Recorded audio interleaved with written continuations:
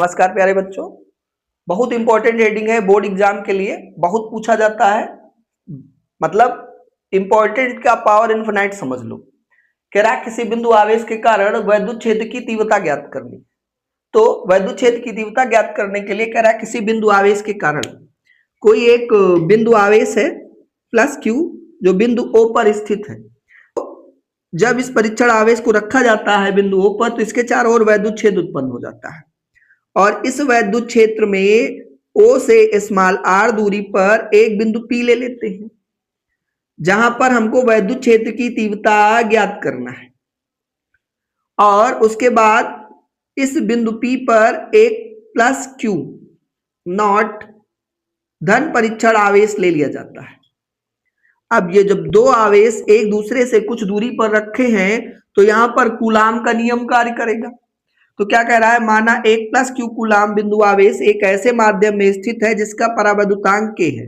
इसका परावैद्युतांक क्या है, k है। और प्लस क्यू आवेश द्वारा उत्पन्न वैद्युत क्षेत्र में बिंदु O से स्मॉल r मीटर की दूरी पर एक बिंदु P है जहां धन परीक्षण आवेश Q नॉट स्थित है और उस बिंदु पर वैद्युत क्षेत्र की तीव्रता ज्ञात करना है। तो कूलाम का नियम क्या होता है, F equal to 1/4 pi epsilon naught k Q naught upon r square हो जाएगा। ये क्या हो गया, कूलाम का नियम हो गया। अभी हम लोगों ने पढ़ा है वैद्युत क्षेत्र की तीव्रता की परिभाषा से, और परिभाषा में क्या बताया गया है, वैद्युत क्षेत्र की तीव्रता E बराबर F अपान Q नॉट। अब इस F की वैल्यू उठाकर यहां F की जगह पर रख दोगे, समीकरण नंबर 2। तो समीकरण 1 व 2 से अब इस F की वैल्यू उठाकर यहां रख दिया जाए 1/4 pi epsilon naught k Q naught upon r square upon Q not. अब देखोगे Q नॉट से Q नॉट कैंसिल हो जाएगा क्योंकि न्यूमरेटर में भी Q नॉट है और डिनोमिनेटर में भी Q नॉट है, दोनों कैंसिल हो गए। तो E इक्वल टू क्या हो गया, 1/4 pi epsilon not Q upon r square. यही हो गया किसी बिंदु आवेश के कारण वैद्युत क्षेत्र की तीव्रता। अब देखो, अगर ये आवेश प्लस क्यू आवेश है, अब ये प्लस क्यू आवेश होने के कारण बल की दिशा जो होगी वो क्या हो जाएगी, ओपी हो जाएगी। ठीक है, बल की दिशा क्या हो जाएगी, ओपी हो जाएगी। लेकिन अगर यहीं पर माइनस क्यू आवेश होता तो माइनस क्यू आवेश होने के कारण जो बल की दिशा होगी वो पीओ हो जाएगी। क्या हो जाएगी, पीओ। अगर यहां प्लस आवेश होगा तो ओ से पी की दिशा होगी बल की, अगर माइनस आवेश होगा तो पी से ओ की होगी। ये बहुविकल्पी में बहुत पूछा जाता है और कंपटीशन लेवल के लिए भी ये बहुत ही इंपॉर्टेंट होता है। ये प्रश्न छोटा सा कि अगर कोई धन परीक्षण आवेश या ऋण परीक्षण आवेश रखा है, सवाल में भी पूछ लेते हैं इसके बारे में, आवेश रखा है तो बल की दिशा क्या होगी। अगर प्लस आवेश रखा है तो बल की दिशा O से P की ओर होगी, अगर माइनस आवेश रखा है तो बल की दिशा P से A की ओर होगी। ठीक है, समझ गए। अब इस सूत्र पर आधारित एक एनसीईआरटी का सवाल देखते हैं, इंपॉर्टेंट क्वेश्चन है। लिखा है दो बिंदु आवेश QA और QB, दो बिंदु आवेश हैं, एक QA है और एक QB है। QA जो है 3 माइक्रोकूलाम है और जो QB है वो -3 माइक्रोकूलाम दिया गया है और निर्वात में एक दूसरे से 20 सेंटीमीटर की दूरी पर स्थित, एक दूसरे से 20 सेंटीमीटर की दूरी पर स्थित है। तो पहले स्थिति में ज्ञात करना है दोनों बिंदु आवेशों को मिलाने वाली रेखा AB के मध्य बिंदु O पर वैद्युत क्षेत्र, मध्य बिंदु ये हो जाएगा O, और यहां पर एक परीक्षण आवेश रखा गया है Q नॉट। ठीक है, तो वैद्युत क्षेत्र की तीव्रता पूछ रहा है। अब यहां पर प्लस है इसलिए वैद्युत क्षेत्र की तीव्रता जो है ए से ओ की ओर होगी, और यहां पर माइनस आवेश रखा है इसलिए इसकी वैद्युत क्षेत्र की तीव्रता जो होगी वो ओ से बी की ओर होगी। ठीक है ना, तो दोनों वैद्युत क्षेत्र एक ही दिशा में है। अगर दोनों वैद्युत क्षेत्र आपस में निकाल लिया जाए तो यहां से परिणामी वैद्युत क्षेत्र की तीव्रता ज्ञात किया जा सकता है। सूत्र बताया गया है, उससे पहले देख लेते क्या क्या दिया गया है। QA दिया गया 3 माइक्रोकूलम, और 1 माइक्रो जो होता है वो 10 की घात माइनस 6 के बराबर होता है।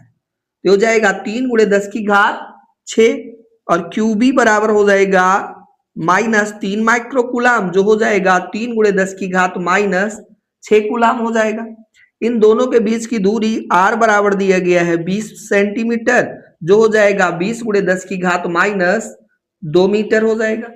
क्योंकि जो 1 सेंटीमीटर होता है 10 की घात माइनस 2 मीटर के बराबर होता है, और जो 1 माइक्रो होता है वो 10 की घात माइनस 6 के बराबर होता है।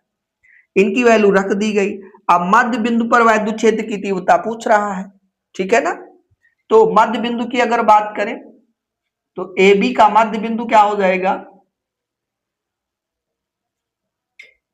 AB का मध्य बिंदु मान लिया गया कि O है। जब AB का मध्य बिंदु O है तो R1 बराबर हो जाएगा 10 गुणे 10 की घात माइनस 2 मीटर, और R2 बराबर हो जाएगा 10 गुणे 10 की घात माइनस 2 मीटर हो जाएगा।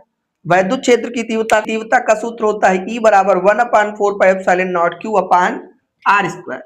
अब यहां पर वैल्यू को रख दिया जाए तो EA बराबर 1/4πε0 Q अपान R1 स्क्वायर हो जाएगा। यहां वैल्यू रखते हैं तो EA इसका मान जो होता है वो होता है 9 गुणे 10 की घात 9 हो जाता है, ठीक है। तो QA क्या है, QA जो दिया गया है 3 गुणे 10 की घात माइनस 6। QA क्या दिया गया है, 3 गुणे 10 की घात माइनस 6 कूलम दिया गया है। और जो R1 दिया गया है वो दिया गया है 10 गुणे 10 की घात माइनस 2 दिया गया है। R1 की जगह पर R1 रख दिया गया, और QA की जगह पर QA रख दिया गया। अब यहां से अगर हम देखें तो EA बराबर हो जाएगा 9 त्रिक 27, और 10 से भाग करेंगे तो यहाँ दशमलव लग जाएगा, और गुणे हो जाएगा 9 से 6 घटा 3, और ये माइनस ऊपर जाके हो जाएगा प्लस। जब कोई भी पावर घात अंश से हर में या हर से अंश में जाती है तो घातों का परिवर्तन हो जाता है, या तो प्लस से माइनस हो जाता है या तो माइनस से प्लस हो जाता है। तो EA बराबर हो जाएगा 2.7 गुणे 10 की घात 5 न्यूटन प्रति, ठीक है बच्चा। अब देखो, अब यहां पर हम बात करते हैं दूसरे आवेश के लिए, QB के लिए। दूसरे आवेश के लिए देखते हैं EB बराबर हो जाएगा 9 गुणे 10 की घात 9 QB अपान R2 स्क्वायर हो जाएगा। वैल्यू रख दो यहां पर, तो EB बराबर हो जाएगा 9 गुणे 10 की घात 9, और QB भी 3 गुणे 10 की घात माइनस 6 माइक्रोकूलम है, और ये 10 गुणे 10 की घात माइनस 2 है। आवेश यहाँ पर माइनस 3 माइक्रोकूलम दिया गया। वैद्युत क्षेत्र की तीव्रता के लिए माइनस और प्लस का कोई मतलब होता नहीं है, इसलिए यहाँ पर प्लस ही ले लिया गया है। तो यहां से EB बराबर हो जाएगा 9 त्रिक 27 2.7 गुणे 10 की घात 5। क्योंकि दोनों के डिजिट बिल्कुल सेम है तो हल करेंगे इसमें भी वही आ जाएगा, न्यूटन प्रति कूलम। हमें ज्ञात क्या करना है, मध्य बिंदु पर वैद्युत क्षेत्र की तीव्रता, वैद्युत क्षेत्र ज्ञात करना है। अब मध्य बिंदु पर वैद्युत क्षेत्र क्या हो जाएगा, दोनों की दिशा एक ही तरफ है इसलिए दोनों आपस में जुड़ जाएंगे। E बराबर हो जाएगा EA प्लस EB, ठीक है बच्चा। क्या हो जाएगा, E बराबर EA प्लस EB। दोनों की वैल्यू उठा के रख दोगे, 2.7 गुणे 10 की घात 5 प्लस 2.7 गुणे 10 की घात माइनस 5। अब दोनों की घातें बराबर है, और जब दोनों की घातें बराबर हैं तो इन नंबर को हम जोड़ लेंगे। तो ये हो जाएगा E बराबर 5.4 गुणे 10 की घात 5 न्यूटन प्रति कूलम। ये हमारा हो गया A नंबर, ठीक है बेटा।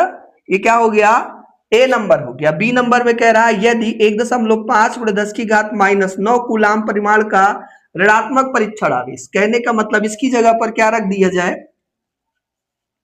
Q0 की जगह पर रख दिया जाए 1.5 गुणे 10 की घात माइनस 9 कूलम।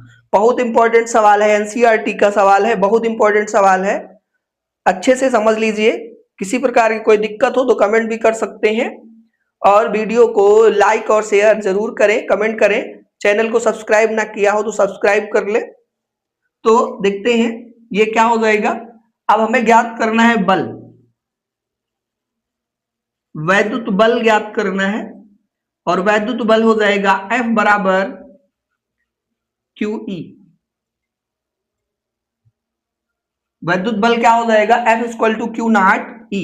तो वैल्यू रख दिया जाता है, Q नॉट है 1.5 गुणे 10 की घात -9, और जो E निकला है वो निकला है 5.4 गुणे 10 की घात 10 की घात 5। अब इनको आपस में गुणा कर दो,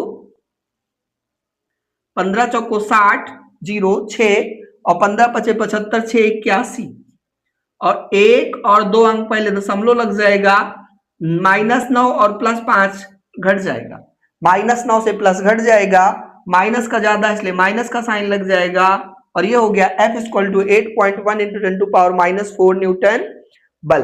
तो ये हमारा हो गया प्रश्न, एनसीईआरटी का प्रश्न है, बहुत इंपॉर्टेंट है, इसे अच्छे से क्लियर कर ले, बार बार देखकर समझकर लगाकर, ये एग्जाम के